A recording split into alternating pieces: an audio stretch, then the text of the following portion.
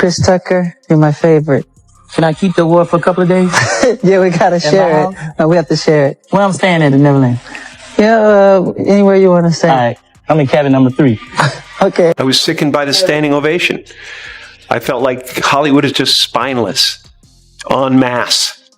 And it really felt like, oh, this is a really clear indication that we're not the cool club anymore. We're listening to Mike right now. Obviously, you know, this is a really sad time right now, but we're celebrating his life. Your thoughts right now on the situation and the timing of this tragedy? Yeah, I mean, you know, he just somebody that changed my life. You know what I'm saying? Somebody I'll always love. For years, the public accepted a narrative shaped almost entirely by the media. Sensational headlines, exaggerations, and relentless caricatures turned Michael Jackson into a character rather than a human being. Coverage often blurred fact and speculation.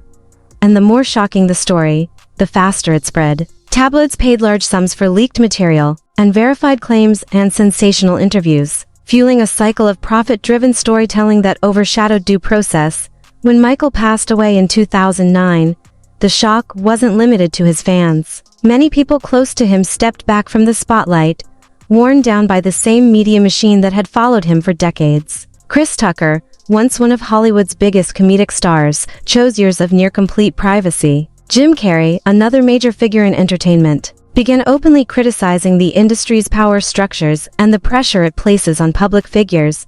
Their retreat raised questions not about guilt or conspiracy, but about what intense scrutiny does to the people who witness it up close. Loyalty to someone constantly under investigation or public attack can carry a heavy emotional and professional cost, especially in an industry where reputations shift overnight. Everybody, all his family members before I met him. I met Jermaine. I met Joe Jackson even called me one time in a comedy club. Because like, all of them were big fans. All of them. I don't know. I wanted to meet Michael, and but they always just calling me. I was like, "Where's Michael?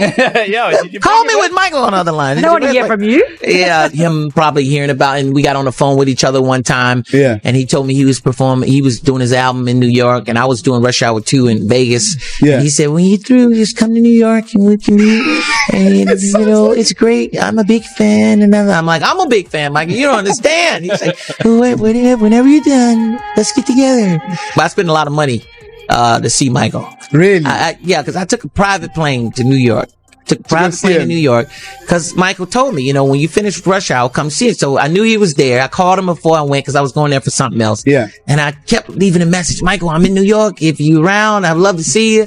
And I didn't hear anything. So I got on that same private plane, flew back to Los Angeles. You know, I was done. As soon as I landed, I got a message from Michael Jackson's office, like, Michael, want to meet you tomorrow in New York City. I was like, what? Don't tell me to go back. I went right up to the captain's seat and I said, take me back to New York. They said, well, is this going to cost? I said, I don't care. You got my credit card. Just take me back. Man, I was in an expensive plane too. I don't know what it was, G4 or whatever. I said, take me back. I didn't tell him what I was doing. It was worth it, man. Every dollar. That's how we became friends. It was like, I don't know how much it was, but it was crazy. They flew me all the way back.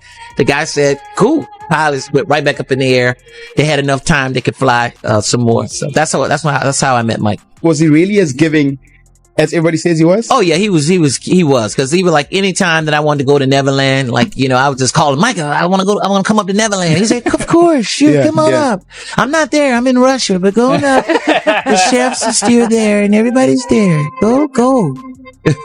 So he was nice. I mean, he was a joke. He liked to joke around, and so he was fun. A lot of fun. Listened closely to the level of trust in this moment. Chris Tucker once had his private jet turn around mid-flight from Los Angeles back to New York simply because Michael asked for him. That isn't casual celebrity interaction. That's genuine loyalty. Their relationship went far beyond industry connections. It was a bond built on personal respect. Michael often reached out to Chris directly, even during the busiest periods of their careers. They traveled together, shared private conversations away from cameras, and maintained a closeness few people ever witnessed. At one point in Las Vegas, Tucker even stepped in to look out for Michael's safety, and fans assumed he was part of the security team because he stayed so close by. Moments like these show the kind of friendship that existed behind the headlines.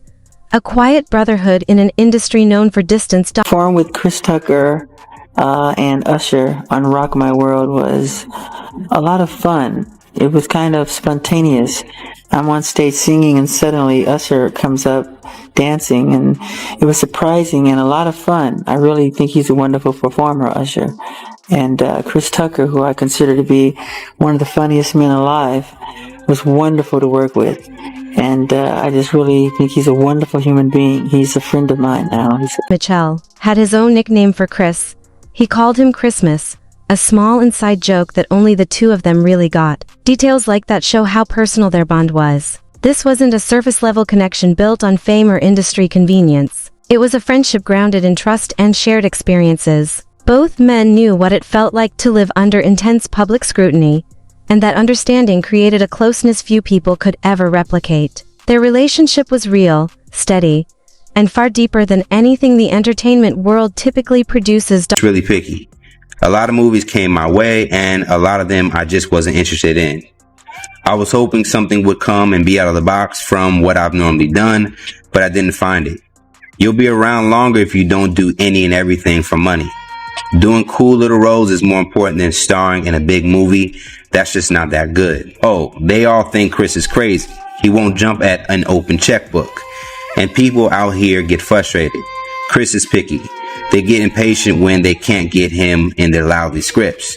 But Chris is not just another actor for hire. He wants to have a long career. 6 years passed between Rush Hour 2 and 3, and Chris didn't do any movies in between. After Rush Hour 3, it wasn't another 5 years before Chris was seen on movie screens again, which was Silver Linings Playbook in 2002. But here's what made both men stand out. They weren't easily influenced. Chris Tucker stepped away from projects that offered massive paychecks because he preferred roles that actually meant something to him. Some studio executives didn't understand his decisions, but he valued purpose over pressure. At the same time, Michael was in a long-running battle to protect ownership and control of his own music catalog, a catalog valued in the billions. Both of them were pushing against systems far bigger than themselves, refusing to let money dictate their choices. That independence made them unpredictable in a world where predictability is often expected. Rush Hour was huge. Money Talks was huge. The money starts rolling in. And then, if I recall, you became the $30 million man, like $30 million a movie. What was the order of how things blew up for you? It was Fridays, Money Talk, then Rush Hour. And then in the first one, I was making 20 million. And then the second one, Rush Hour, I was making 25 billion. Yeah, I was like one of the highest paid, if not the highest paid at that time. Because I was so young and crazy. I was like, if the first Rush Hour made over $100 million, I said, Tom Cruise movie's making 100 million, mine's making 100. He's getting 20 million. I need to get $20 million. And man, they paid me. They had to pay me because the movie was making money. They wanted to do another one. So ask for it, Chris. Get that bag. That's right. You got to. All right, guys. Buckle in, because what you're about to hear isn't Hollywood gossip. It's the kind of truth that shakes industries to their core. At their peak, Chris Tucker and Michael Jackson weren't just entertainers. They were unstoppable forces, too principled to be controlled in a system built entirely on control. Hollywood hates men who can't be bought, and these two walked around like living violations of the industry rulebook. When Michael died, Tucker instantly realized that loyalty had turned into a death sentence. Because once you understand how they dismantled the king of pop, you understand that none of this was accidental. This wasn't chaos. This was a coordinated elimination. The moment Michael went to war with Sony and started winning, the machine activated. Suddenly, the world was told the most powerful entertainer alive was Wacko Jacko. That wasn't a nickname. That was character assassination in broad daylight. You can imagine now my understanding of the facts surrounding the MJ case, that he went to war with Sony, one of these major companies, and he was winning that war. And then suddenly the world was told that Michael Jackson or somebody is an anti-Semite. Michael Jackson, I think, was called all of those things. Wacko Jacko. They gave him a name. How do you feel when they call you Wacko Jacko? It's not nice. I'm not a wacko. The exact same tactics that they tried to use on me. Someone pressed a button, and there was a full court press effort to cancel Candace Owens by trying to convince the people that she just one, crazy and anti-Semitic. Thank goodness I'm not from Hollywood. It would have institutionalized me and said that it was for my good. There are a ton of people in Hollywood who, when they have tried to speak out about things that are happening to them, have received this same treatment. I believe this is what happened to Britney Spears. Buckle up, because the real story begins long before the headlines. 1993, Evan Chandler, a desperate dentist and failed screenwriter, saw Michael Jackson's kindness as a business opportunity. When Michael wouldn't fund his Hollywood dreams, Chandler created allegations out of thin air and tried to extort $20 million. He drugged his own 13-year-old son with sodium amytal, a hypnotic sedative known to create false memories, and then coached him to confess abuse. Before the drug, Jordan said nothing happened. After the drug, the story suddenly changed. The police found zero physical evidence. The case was closed within a year, but the media ran the allegations worldwide like it was a festival. Michael canceled his tour, LaToya made a forced statement, and Chandler continued negotiating like this was a hostage exchange. 1993, the very first allegation came against him, made from a screenwriter in the industry. He was both a screenwriter and a dentist named Dr. Evan Chandler. It was based in Los Angeles, and his accusation was that Jackson had his 13-year-old son, Jordan. Horrific. Now, how this came about was that Jordan told his psychiatrist that Jackson had him. And then the LAPD began a criminal investigation. But the investigation actually found no physical evidence against Jackson, and it was closed. The case was closed less than 1 year later. Now, that should have stopped the media from reporting on it. Michael Jackson wasn't guilty, but we know the media has never let facts get in the way of them having a good time. They broke the allegations worldwide, which led Michael Jackson to cancel the second leg of his Dangerous World Tour in August of that same year. And he cited health issues, health problems that were stemming from the stress of the entire scandal. And do you want to know what actually added to the stress? This is actually horrific. His sister, LaToya Jackson, came right out and she said, yup, Michael Jackson is a... But then something weird happened. She didn't provide any evidence. She didn't even attach that statement to a story. And when people prodded her about that, why did you say your brother is... She admitted that it was her husband who had forced her to make that... And just when you think the story can't get darker, it does. Chandler's own family started recording him bragging about destroying Michael Jackson. He literally said Michael would never sell another record. The dentist admitted he picked the nastiest lawyer he could find and promised an industrial-level takedown. Then the smoking gun dropped. Years later, when Michael died, Evan Chandler conveniently ended up dead too. No witnesses, no note, perfectly timed. Then suddenly, a new wave of accusers appeared in 2003 with cases that collapsed under investigation. But the damage wasn't the point, the headlines were. Hollywood doesn't need proof. They need pressure. And every headline was another nail in Michael's coffin. Another step closer to eliminating the one man the system could never control. His father, Dr. Evan Chandler, did in fact drug his child into making the allegation about Michael Jackson. I'm going to read you directly from an article about what Dr. Evan Chandler did. It reads, on August 2nd, 1993, dentist Dr. Evan Chandler was extracting a tooth from his own son, Jordan, when he did something unusual. Under the supervision of an attending anesthesiologist, Dr. Chandler injected his son with a dose of sodium amytal, a barbiturate. Although in pop culture it has sometimes incorrectly been called a truth serum. It is not normal to use sodium amytal to pull a tooth. In fact, it is a psychological drug with sedative and hypnotic effects. Oh, totally normal situation to drug your child, to sedate him with a drug that produces hypnotic effects, and then to ask him, did Michael Jackson you, to which your drugged and sedated son says yes. That is the actual story about how this allegation came about.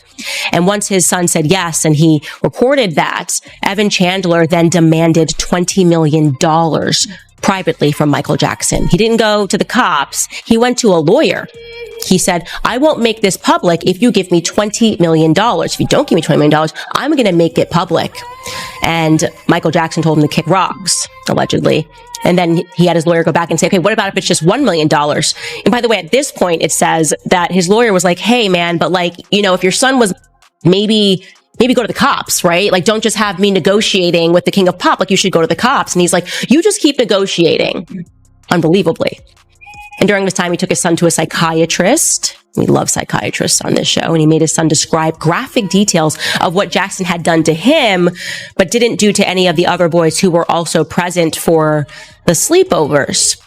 You know, Jordan's mother at this point, June Schwartz, she and her new husband thought, you know, I think maybe he could be telling some lies. My ex-husband, maybe he's not that honest of a person. And so Jordan's stepdad, a man named Dave Schwartz, decided to confront him, to confront Dr. Evan Chandler. And not just to confront him, but to record him speaking about what he was going to do to Michael Jackson and co. Take a listen to Dr. Evan Chandler, the dentist, in his own words. This man is going to be humiliated beyond belief, and I'm not believing he will not believe what's going to happen. And beyond worst nightmares, one more record. This attorney I found, I mean, I interviewed several, and I picked the nastiest son of it I could find. Once I make that phone call, this guy is just going to destroy everybody in sight. Oprah, the media queen who protected Harvey Weinstein for decades, but somehow found it urgent to amplify Leaving Neverland, a documentary proven to contain fabricated timelines. She denied being Michael's friend, claimed her feelings changed, and took every chance to distance herself from him. Meanwhile, her friendship with Harvey was warm, long, and documented. He wasn't canceled until Hollywood no longer needed him. So when Oprah suddenly joined the assault against Michael, the message was crystal clear. She wasn't speaking for survivors. She was speaking for the system. Hollywood's elite protect each other with a social contract. Harm is acceptable, betrayal is expected, and silence is survival. Mel Gibson admitted it openly. You will be stabbed in the back, and you must smile through it. Chandler, person who started this initial allegation, he's no longer with us because he committed in November of 2009, just 5 months after Michael Jackson was overdosed. Yeah. Evan Chandler shot himself in the head. There were absolutely no witnesses. There was no note, and he was found by his building concierge. That's just a fun little update for you. But back to Michael Jackson, because even though, like I said, though that never went through, they dropped this case in less than a year. The media kind of saw that there was this squeeze on Michael Jackson, but then they let it go. There were no more allegations against Michael Jackson until almost 10 years later, when suddenly there was an explosion of allegations against Michael Jackson. And I want you to remember that year, 2003, is when it began. It began when a boy named Gavin Arvizo accused Michael Jackson of child, saying that he was under 14 at the time of the alleged crime. The singer was then charged because of this allegation with 7 counts of child sexual abuse and 2 counts of administering an intoxicating agent. What does the public actually remember from that time? What do you remember from that time? Well, we remember that Michael Jackson was wacko jacko, that he was crazy, that he was addicted to drugs, whatever his doctor was injecting him with. Here are just some of the headlines: wacko jacko, backo jacko, grade, wacko jacko, jacko on the attacko. I mean, this is like seared into my memory. I'm sure it's seared into your memory as well. This is what I remember. And I also remember that he was anti-Semitic. Yeah, there were headlines calling him an anti-Semite, saying that he hated Jews. And by the way, they had evidence because, so weird, but his doctor who overdosed him also recorded Michael Jackson while he was also clearly sounding like he was high on drugs. Maybe his doctor gave him drugs and then spoke to him. And somehow this conversation between him and the doctor Winfrey opened up about her decision to speak to Michael Jackson's accusers for her After Neverland special when she stopped by The Daily Show on Wednesday night. Last month, Winfrey made headlines when she sat down with Michael Jackson accusers for Oprah Winfrey Presents After Neverland, which aired on HBO following the explosive documentary about the singer titled Leaving Neverland. If they ever found out what we were doing, he and I would go to jail. Winfrey said of her decision to do the special, "I haven't had that much hateration since I did the puppy episode with Ellen DeGeneres, aka the episode in which DeGeneres came out as gay." The talk show host continued, "But when I saw that documentary, I realized that a lot of people are going to be triggered by watching it, and a lot of people will not understand what the pattern is." Winfrey explained, "People call it, but there is a big seducing that goes on, and that was important enough for me to take the hateration for." When some people think Oprah Winfrey, they think Harvey Weinstein because they have been linked together so often. First off, Oprah and Harvey have been friends for over 2 decades. A lot of people use the argument that she didn't know about what he was doing, but that's impossible because everyone's known about Harvey Weinstein's reputation ever since the 90s. If you guys don't know who Harvey Weinstein is, he is a major film producer who is pretty much the face of the Me Too movement because he was called out by a bunch of different actresses who he violated. When he was getting canceled and exposed for everything that he has done, Oprah allegedly called him and offered her support. Even though Oprah's team denies this, I believe it because Oprah has been close with Harvey and she has showed him some sympathy over time. Even though he is a disgusting man and he deserves to rot in jail. But I don't understand why Oprah wants to be best friends with someone like Harvey Weinstein. They had a very warm friendship, and the photos show. Some people actually believe that Oprah convinced some actresses to hook up with Harvey Weinstein. And actually, Rose McGowan tweeted out, "I'm glad more people are seeing the ugly truth of Oprah. I wish she were..." And if you think that's wild, wait till we reach Chris Tucker. After Michael died, Tucker didn't disappear because he lost passion. He disappeared because he learned exactly how the machine destroys people. When asked about Cat Williams' claims or Hollywood corruption, Tucker gives the safest, most neutral answers you'll ever hear. No specifics, no accusations, just diplomatic survival mode. That's not weakness. That's a man who watched the system eliminate his friend and decided to live. Even the viral Epstein Island accusation, Tucker denied the island but carefully acknowledged the humanitarian trip with Clinton. He didn't attack anyone. He didn't defend anyone. He walked the razor-thin line of say nothing or die trying.